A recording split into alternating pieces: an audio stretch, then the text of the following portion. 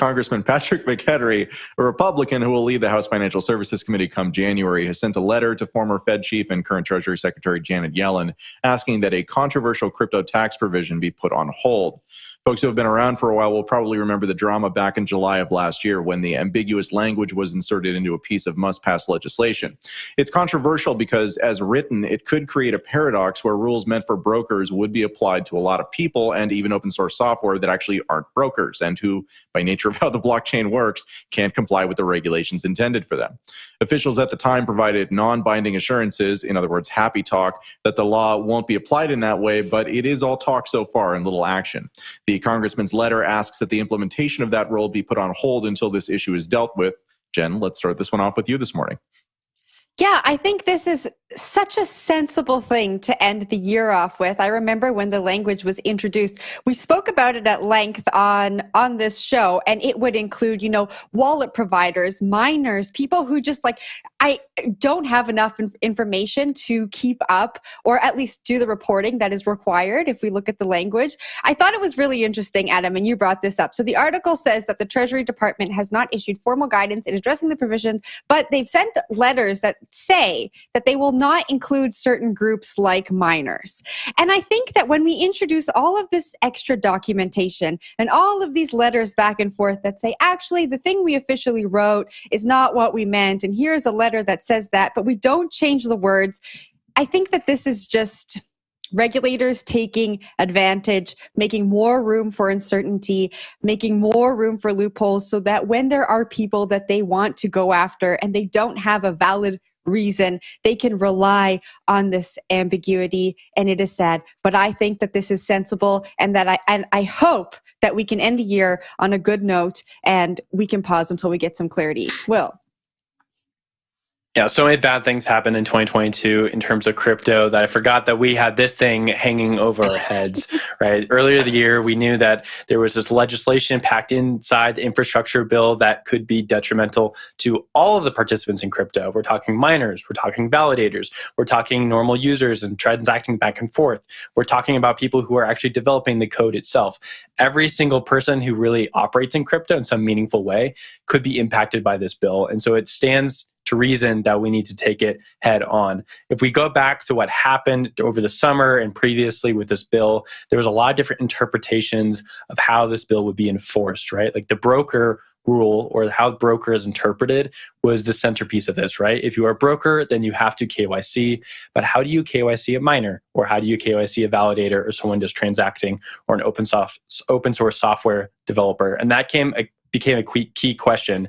The thing is that a lot of people thought, well, according to what they're talking in Congress right now, broker does not include a lot of these people, right? Broker is larger than that. Broker is someone who's like a centralized exchange.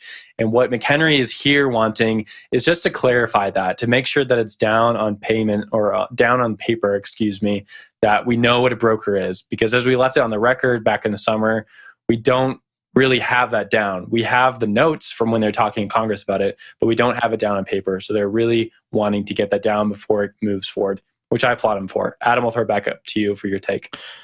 Yeah, I mean, I think the thing that's worth saying here is that the reason why this matters is because people like me don't trust Congress. You can look at Pew polling on the issue, which goes back to, the Eisenhower administration, and we're not at an all-time low right now. That came a couple of years ago when there was about 17% in the US who, when polled, said that they actually trust Congress to do the right thing and to actually be, competent. Today, it's 20%. So that means that out of every 5 people, 4 of them don't think that the government, as far as Congress is concerned, is actually good at what they do and doesn't trust them to kind of do the right thing. So it's always funny when we get these stories where you've got an agency that's like, oh, hey, just trust us. We said it, and it's definitely going to be that way. No, we don't trust you. Nobody trusts you. This is not even a minority position. It's a majority position. Zach, what do you think? I think it's more like square peg, round hole, right? I mean, crypto is kind of a new paradigm. That's not just some silly hype thing, right? It's a new system for how financial ecosystems can operate, and they don't necessarily comport with existing understandings of how to regulate current financial systems. And that's what we see, this never-ending debate with this legislation. Hopefully it advances towards some, more perfect language around these things. But what we see in this debate is the application of former heuristics to new things that don't really comport with how those heuristics work, right? Like if you called everyone a broker and you make everybody get a money services license, something like that, that's a significantly onerous and misguided thing that is trying to wind its way into law through various paths. And I think that to me is what I see when I see these stories. I see square peg, round hole. Regulators are still wrapping their heads around this thing, and they don't yet fully know how to do it right in a way that speaks to some of the baked in advantages that these open ledgers can provide them. That's just my thought, but I saw Will's hand. Yeah, one thing I want to bring up, and I think Adam will have some thoughts on top of this, is there's an explicitly anti-privacy amendment within this provision as well. Talking about section 6050I, which McHenry is also looking for some more language to be added around. And that's that you need to have identification if you're moving around $10,000 in cash or digital assets. And that's a pretty burdensome requirement on a lot of people who are trying to operate their companies privately or trying to operate their lives privately. Like $10,000 might not seem like a lot, but it is private property. And so why should the government have the ability to snoop under these things? I think a lot of regulators look at this and say $10,000 is probably like a good bar, a good requirement in order to uncover criminals or money laundering or something of that nature. But if you look at digital assets and the reason for them coming about, a lot of it was because of privacy, because people didn't want the government snooping in on what they're doing. And I think this provision really hits on what crypto is about. And so if this passes and you have to report movements of $10,000 or more, you're going to have a lot of problems for people who are just trying to transact within crypto. I mean, it makes a lot of sense to use crypto for moving large amounts of money. You know, wire transfers are onerous, they're really difficult. Moving something with USDC, moving large amounts of money, it's pretty simple, and adding provision to this brings us back to the world of sending wires. Adam, I'll throw it up to you to get your thoughts on that, though. Yeah, so I completely echo everything that you said there, Will. But actually, I want to zoom in on what Zach was talking about with the square peg round hole kind of nature of the thing. You know, we saw the FTX hearings earlier this week, particularly the House one, had a lot of really revealing moments, I thought. There's kind of 2 points to make here. One is that by nature of forcing institutions that fundamentally don't work the way that older institutions did into these frameworks, you wind up with kind of the worst of all worlds, where they can't really do the compliance. And also the compliance is insufficient in lots of ways.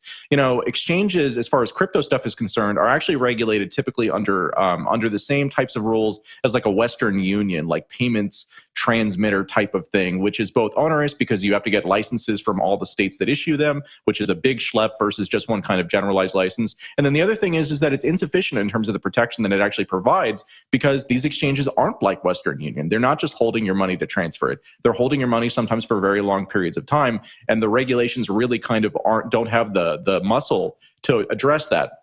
The final point is just that one of the reasons why that hasn't happened, why we haven't gotten good regulations, is because there's this perception in Congress and perhaps elsewhere in the political world that if we were to provide regulations that are specified for the purpose, this would somehow legitimize the technology, as if the technology needs to be legitimized by the government, when in reality, the government just needs to set the rules of the road. Those rules need to work, and then those rules need to be enforced as written. And so again, we're just kind of getting the worst of all worlds here. We hope that, I think this might be a better outcome if real pressure gets applied to Treasury Secretary Janet Yellen, but my expectations are pretty low for competence at this point.